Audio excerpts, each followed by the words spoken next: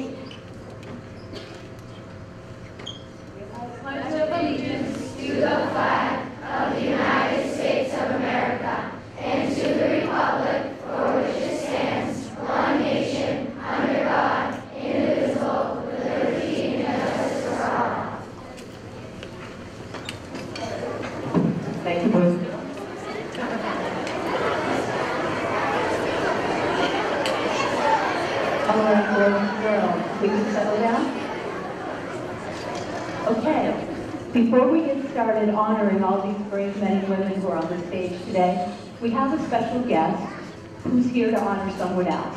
And I know you all know that our principal, Dr. Tanner, is retiring this year.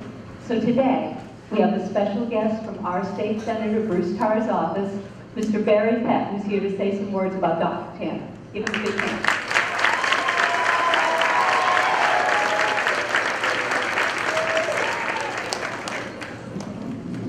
Good morning. I'm Barry Pett from State Senator Bruce Tarr's office, and I would like at this time to ask your state representative, Lenny Mirror, to come down here and join me.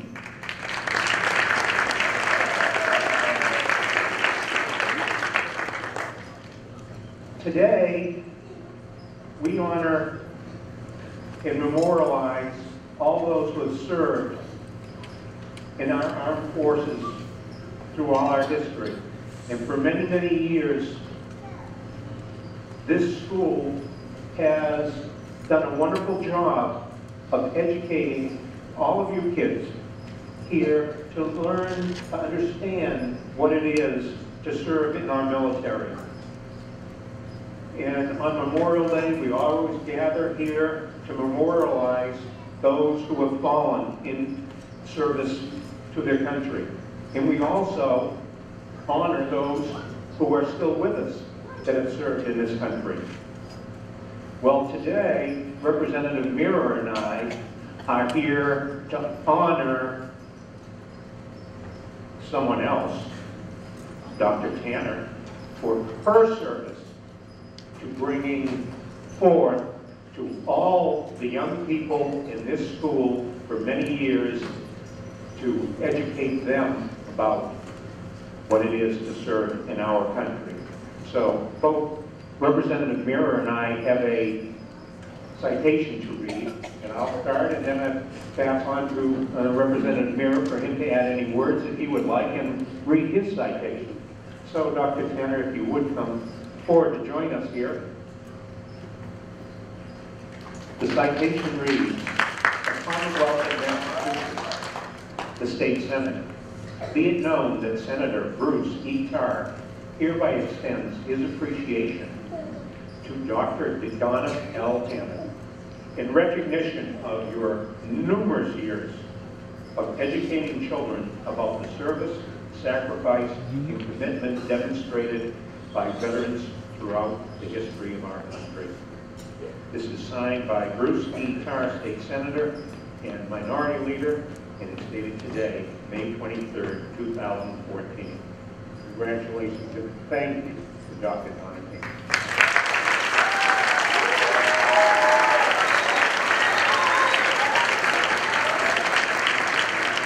Thanks for that breath. I was 1 year, I'm a state representative for the town of Georgetown, and it's one of the great pleasures of this job that we honor such people who have dedicated their lives and their careers to such a noble goal.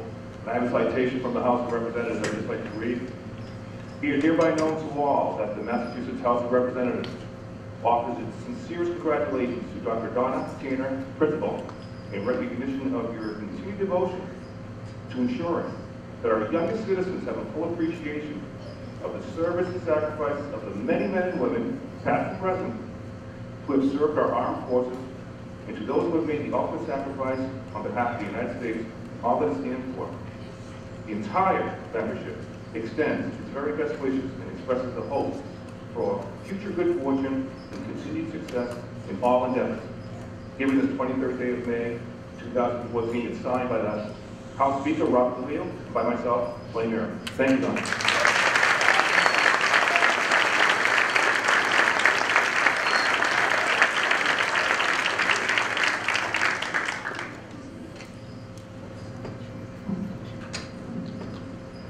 Thank you very much for that honor.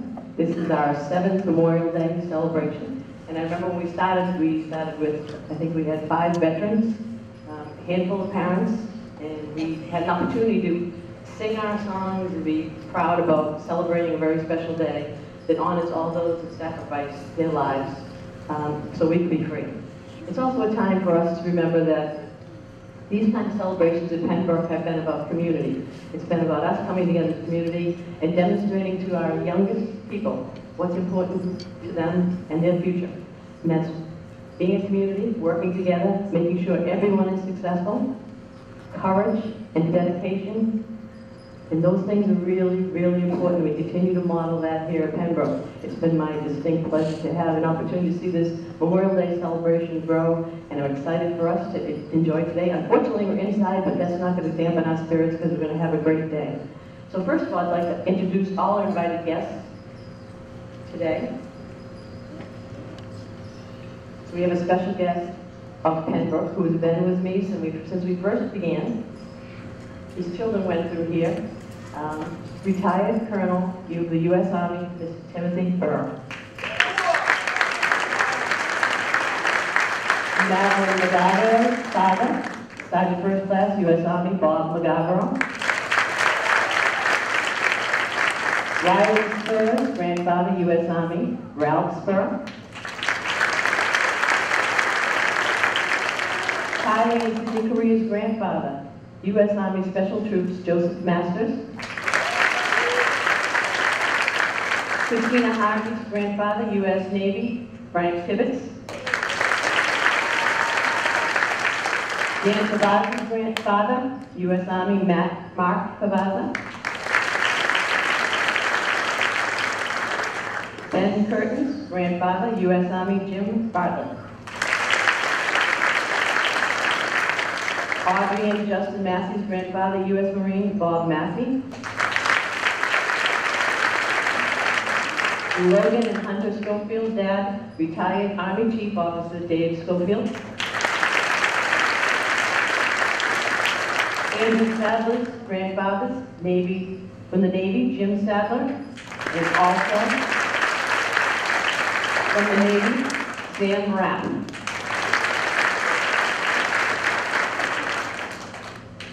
Jacob Riley's grandfather, Marine Michael Pergola. And also from the Marines, Dan Riley.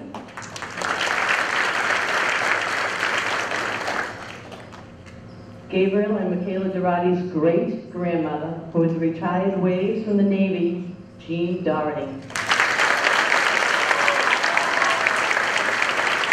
Megan Tango's grandfather, U.S. Army Gerald Swafford.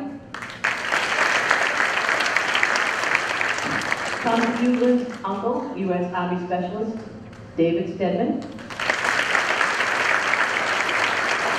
Owen and Dylan Mezak's grandfather, Air Force Edward Winning. Ryan Phillips' grandfather, retired U.S. Army Colonel Don Phillips. Mary Kate Thompson's grandfather, U.S. Navy Edwin Charles. Cameron Willis's grandfather, Petty Officer from the U.S. Navy, Rick Holsville.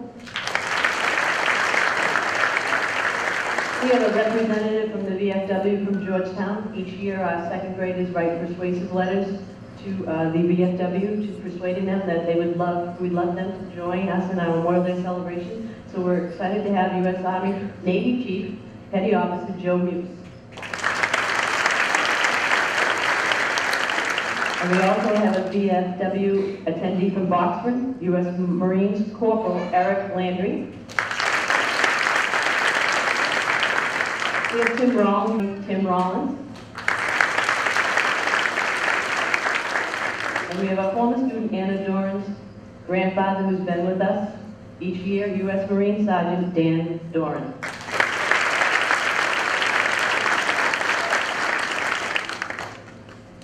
There is somebody here that's not with us that has been here since I began this celebration and is unable to be with us tonight, so I'd like us all to have a moment of silence for Petty Officer, Second Class, U.S. Navy, Michael Buckley.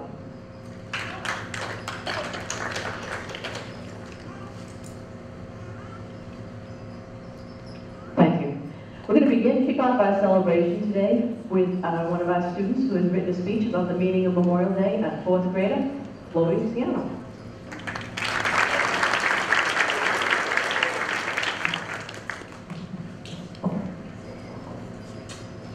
Hi, my name is Chloe, and this is what I think about Memorial Day.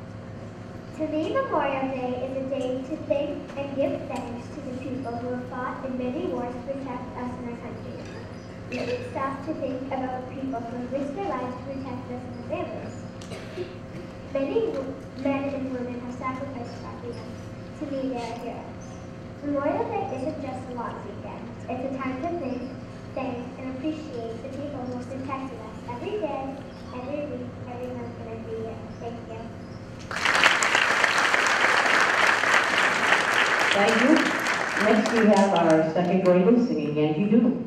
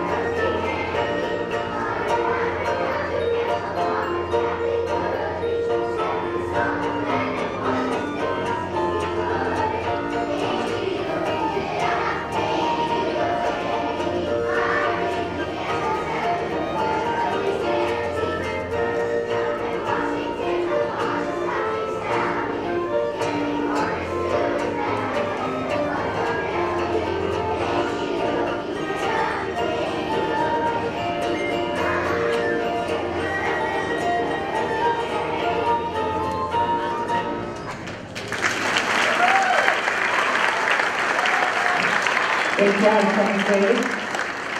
Next, we have our third graders who are going to treat us with America on the Recorder. Put on your lap. On your lap. Lap.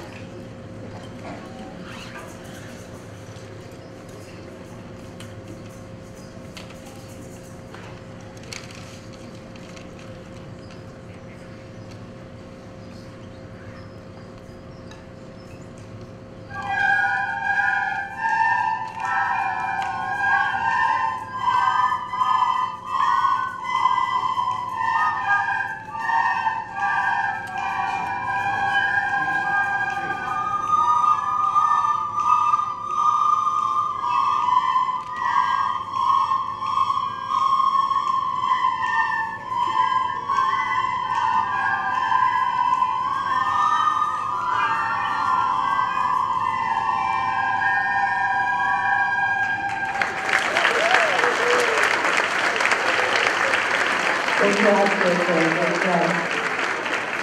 Next, I'd like to introduce Madeline McGarro's dad, Sergeant First Class Bob McGarro. Would like to say a few words.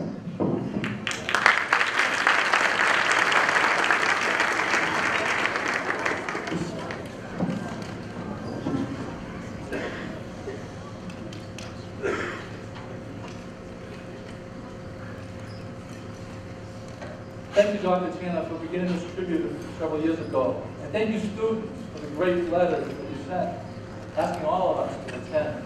I got mine from Charlie, Virginia, and Madeline, and they were very thoughtful. We're grateful for your invitation and hope this tradition of honoring Memorial Day at PennBrook continues for years to come. After World War II, America showed great support for the soldiers coming home. And during the years following the Korean and Vietnam Wars in the 50s and 60s, soldiers did not receive the same recognition. That is why it's so wonderful today that we gather to show our appreciation for the sacrifice that all our veterans have made in serving our country.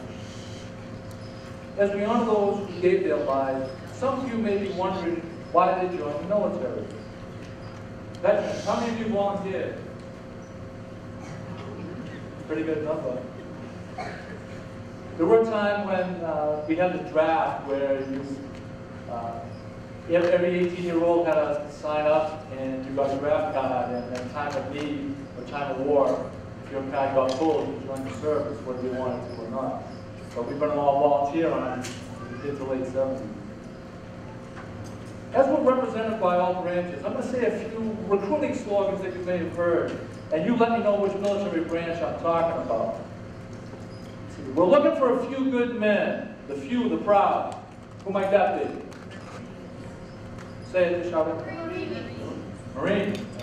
Very good. Be all you can be.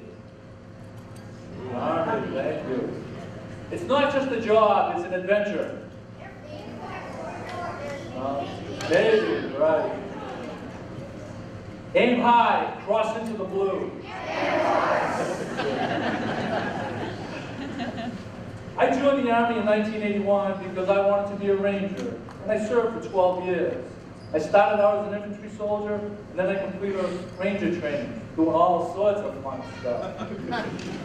And later as a drill sergeant, training new recruits. That's someone who just comes into the Army. Veterans, how many of you remember your drill sergeant or your drill instructor? Fond memories, I'm sure. Beginning with basic training and through advanced specialized training, soldiers develop special bonds with others they train with. The training is difficult, and soldiers learn to rely on their buddies. Military training helps develop these bonds so that if you do have to go to war, you will have each other's back. Sadly, some soldiers lose their lives while serving their country. As time goes on, it's easy to forget the wars from many years ago and the soldiers that sacrificed their lives. But we must always remember. Those soldiers sacrificed their lives to give us freedom. And that's why we have Memorial Day, to honor their memory. I'd like to end with some lyrics in the Toby Keith song from American Soldiers. I counted up the cost, and I know the sacrifice. I don't want to die for you, but if dying's after me, I'll bear that cross with honor, because freedoms don't come free. These veterans sitting here today, they are American soldiers.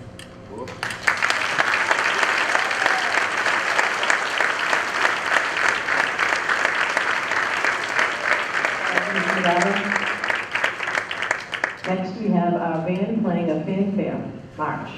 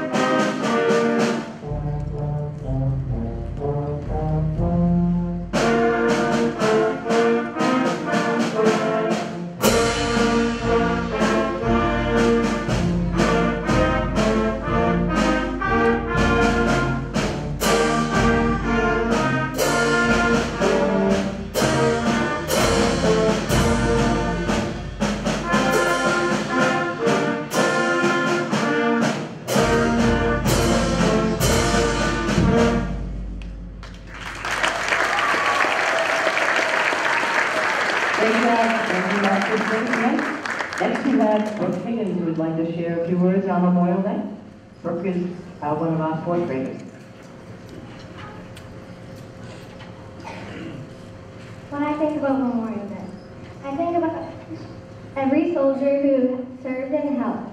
I wish I could thank every one of them.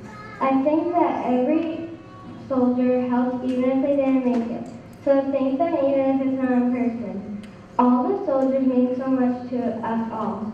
So take a minute to think about them. All of you saved our country and protected us and kept our country safe. Thank you. That's what I think about Memorial Day.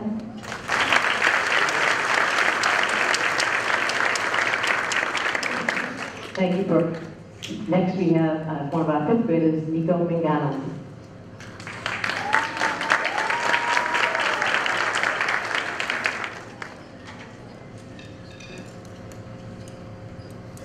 Hi, my name is Nico Mingano. I'd like to say thanks to the soldiers of the United States. Thank you for putting your whole life on the line for us and sacrificing your family time for us and missing out on freedoms you could do back home to give us freedom. Without you guys in the Army, our country would not be the same. Thank you.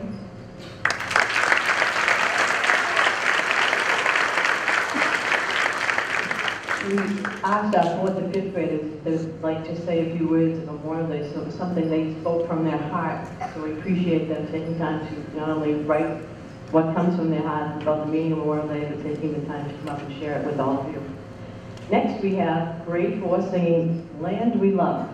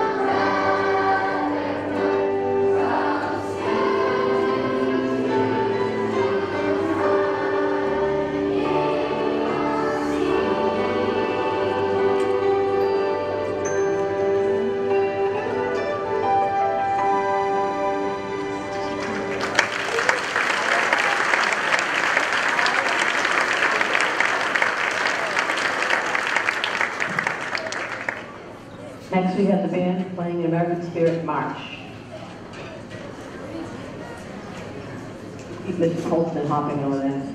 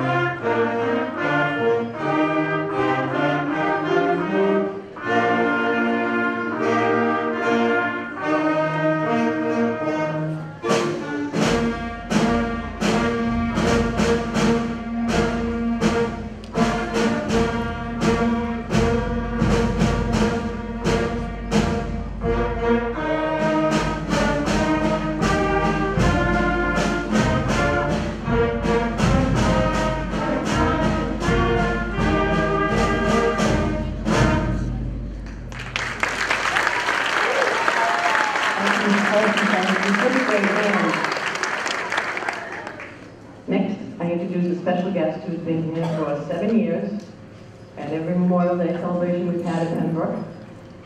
I'd like to introduce retired colonel from the U.S. Army, Tim Burr.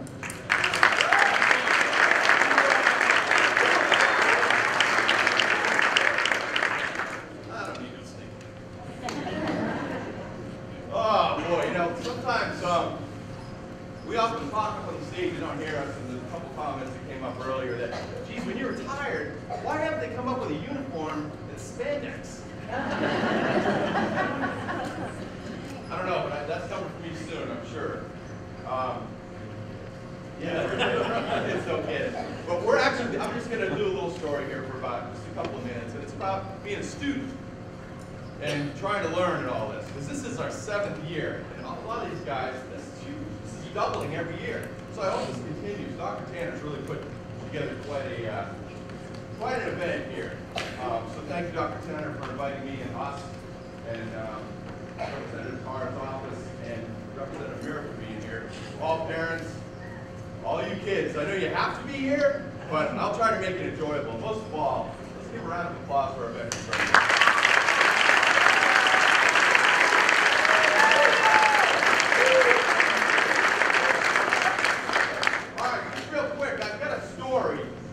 That it's a quick story, and the key is you have to listen, because at the end, there's 2 questions. And if somebody answers them right, they get to come up and do something. All right? So here's the deal. Some people know, but some people don't know. I actually taught military history and leadership down at Boston College and down at Northeastern. And the class was 3 hours. 3-hour class. I had 24 seniors. 7 of them were females and women. They were all seniors. And can you imagine having me for 3 hours? Boring. Imagine having your math class for 3 hours? So listen carefully. I had to make it interesting for these seniors. I had to keep it interesting. And there was a woman in West Newbury that I bumped into. She was born Charlotte Eaton. And I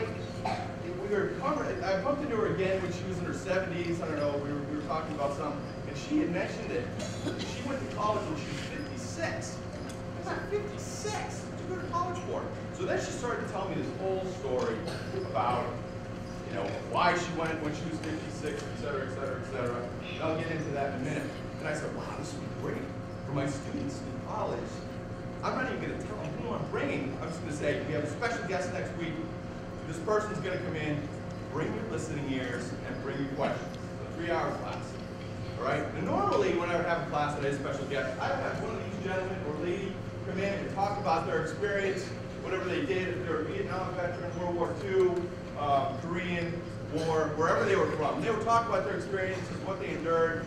But I brought this woman in, and the class was dumbfounded. They were like, what the heck, who's this? So she got up and she gave a presentation for an hour and a half. I got some notes here on what some of the things that she said. Again, she was born in 1924, and when she was older, married, it was the World War II time frame. So they listened carefully, and these are some of the things that she said. Back then, it was actually called Homeland Support. You guys heard of Homeland Security nowadays? It's kind of a different baby. All right? Homeland Support is basically about Team America. Everybody getting together and supporting a war effort. In this case, it happened to be over in Europe during this time frame. So this is how she started out. She said, first of all, the first thing that we were all told to do was quit school. You're going to get out of school, you're going to work. And your money is going to go towards the war effort. If you eat gum, you take that tin foil from gum, you wrap it up and you save it till you have enough tin foil, goes to the war effort. Rubber bands, you make a huge ball of rubber bands. Turn it in, goes to the war effort. It's going to the rubber for tires for airplanes. So she kept going. She talked about this presentation. Scrap, saving scrap, fat. Fat that comes off grease and things like that to make soap. Can you imagine that? Yeah. Then, get this. If you don't know what rationing is, rationing means like, all right, Billy, you only get 1 plate of food tonight. You get 4 peas, and you get like a little bit of mashed potatoes. But back then, they actually had, 4 peas, I like that. They actually had rationing cards. Babies even had rationing cards. Every family had a rationing card because they were trying to save everything they possibly could to support the war effort. Here are some of the things that were rationing. Gas, 3 gallons a week. That's all you got in the family. 3 gallons a week. You can't even get from here to there in an SUV from your home to here. On 3 gallons. Bicycles. Bicycles were rationed. You couldn't just go out and buy a bicycle. Nylon stocking, shoes, sugar, cheese, automobile and appliances. Production stopped. There were no automobiles made, no appliances made during those years, for about 3 years. Sightseeing by auto was banned. It was against the law. You can't go out in an auto and just go sightseeing. You would get a ticket. Because they're trying to save gas. They're not trying to get out. 1944, the unemployment rate was 1.2%. Everybody was employed. Teenagers were hired. 1 million women entered the workforce. 6.5 million women entered the workforce. So one of the kids asked the question, Indianapolis 500. There was no Indianapolis 500 from 1942, 43, 44, and 45. No car racing. So one of the kids asked the woman that was speaking, Mrs. Eaton, said, well, how did you communicate? Well, my husband, who was a bombardier in a B-17G, have you ever seen in August, right around Georgetown, there is a plane that goes from Lawrence to Beverly, or Beverly to Lawrence and back. Flies really low. That is a B-17G. You can hear it. Flies really low. Oh. Keep your eyes open. You'll see it again. It's one of the only ones flying. So he was a bombardier on a B-17G. And what he used to do is he used to write a postcard every now and then, aside from letters, with cryptic little code on it. Things that she would only know, like when he was coming home or whatever they were doing. And just, do you think they had Skype? You think they had cell phones? You think they had Facebook? No! They didn't have any of that. All right, hope you guys have been listening. All right, she also mentioned lastly that her job every night was to close the blinds and make sure the light was off. The lights were off. The reason for that is there is potential for attack from the seacoast, either from submarines, the U-boats, or air. So every night, imagine that, you shut the lights off, everything, no TV, no nothing, off, period. So that was her job. So it was a pretty stressful time back then. We don't really see that that much nowadays. But you talk about support, homeland support, that's huge. They were doing everything they possibly could to support their servicemen overseas. So let's get to the next point. The questions kept going. They went on for hours, actually. And she also mentioned that her husband never graduated from college, but that he put 4 kids through college, and her through college when she was 56. So that's it. She was pulled out of school, and that was it, support the war effort. Didn't go to school again until she was 56 years old. That's the way it was back then. Okay, got a question. Who do you think this woman was? Who? Who do you think this woman was? Who? A friend, a very good friend. Anybody else? Who? What? No, it wasn't her. But you're close. Very close. All right, one more. Who was it? Dr. Tanner. No.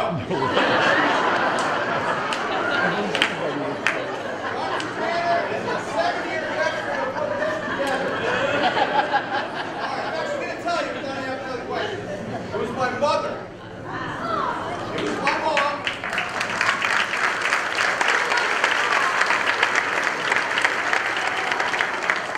What was really funny is nobody in the college class got it until the very end. And it took them a while too, because she said, well then, it gave work to him. Wouldn't me. So, fortunately, who was that bombardier in that B-17G? It was my dad. Exactly right. Now, let's think about this. B-17Gs, Flying Fortress, over World War II, they did 25 missions, 50% of them didn't make it back. What would happen if my dad did not come back? What? I would not be here. That's absolutely right. So there are 50% of the folks that were in those B-17 missions that did not come back. So we are here, we're all here, we're supported by folks who did not come back. Just like Sergeant McGavro said, he talked about the fact that there are many that don't come back. And that's what Memorial Day is about. It's actually a bond between you and those that don't come back. All right? Veterans Day is in November. This is Memorial Day. You got to remember those people. So there's a couple morals in this little story here. Women did serve the country. Nowadays, how many people actually were drafted? There you go. There's one right there. Back then, there was a draft. Like Sergeant McGavro said, it was a volunteer force today. People raise their hand, they're going out and fire. Those 7 girls that I mentioned that were in that class are now captains and majors in the Army. They're overseas, they're in Afghanistan, they're all serving their country. And they're securing, they are offering themselves to fight for liberty throughout the world, whether it's for this country or helping others. That's what they're doing. Some of them may not come back. That is a huge sacrifice. That's what Memorial Day is all about. I'm going to finish up here. The main thing is, Memorial Day is really important. Some people think it's just a holiday. For many of us, Memorial Day is every day. Am I not right? Yeah. We remember guys that did not come back. It can be really tough. So while it's a holiday and you think about going up to Maine and opening up your summer camp and all that kind of stuff, Memorial Day can be all year long. It can be pretty difficult. So the fact that Dr. Tanner put this together and we get a chance to just see each other, I mean, I only see Dan once a year here, but it's good. So we have the bond of Memorial Day, but each one of these folks have a link to somebody that's usually passed on. So when we lose somebody like Buckley, he was a link to somebody that probably passed on. So what we need to do is you need to ask your grandparents, ask your parents, any affiliation that you have with service members or whatever, ask them questions, find out. And I hope that you get a course that will be as interesting as that 3-hour course. And you have somebody that's a surprise guest and you ask questions. Because as time goes on, there aren't many World War II vets left today. You got Korean vets, how many Korea? How many Vietnam? Okay, how many World War II? 7. All right. That's better. I was waiting. All right. Current question.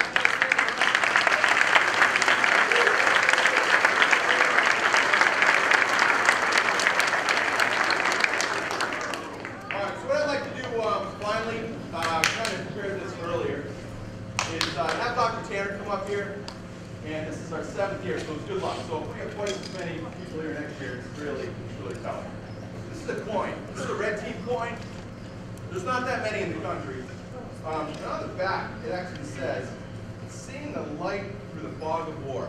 Red teamers are special guys at Fort Leavenworth at a think tank that actually are able to put things together, and through this chaos, I'm sure, which you face all the time.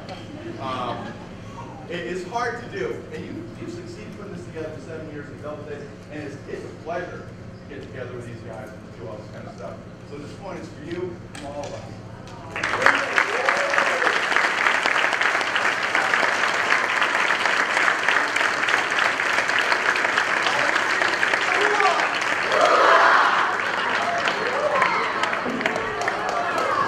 Thank you, Mr. Day. So before we conclude our Memorial Day, I just want to thank you from the bottom of my heart, because we started this back a few years ago. And I remember my first year here was with the superintendent, Mrs. Jacobs, who's here today. She joins us every year for our celebrations. We had this idea that Memorial Day is a special time where we can talk about things that are important to us, about courage, about dedication, and also a time to celebrate people that have sacrificed so much for our freedoms. So thank you, Mrs. Jacobs, for making this possible with me and doing it this room. I want to thank the veterans for your service and also for attending our celebration today. From the bottom of my heart, I truly appreciate you coming to us. I want to thank the parents for coming and making it about community.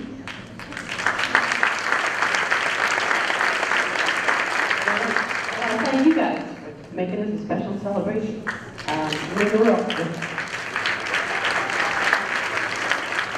So we always end our celebration with a song that I love, and I think really talks about who we are and why we get together on special days like this. And I always ask our 5th grade class, who's moving on to middle school, and we'll miss you, but they're the ones that are going to end our celebration with my favorite song, "Proud to be an American." Please join in if you would like.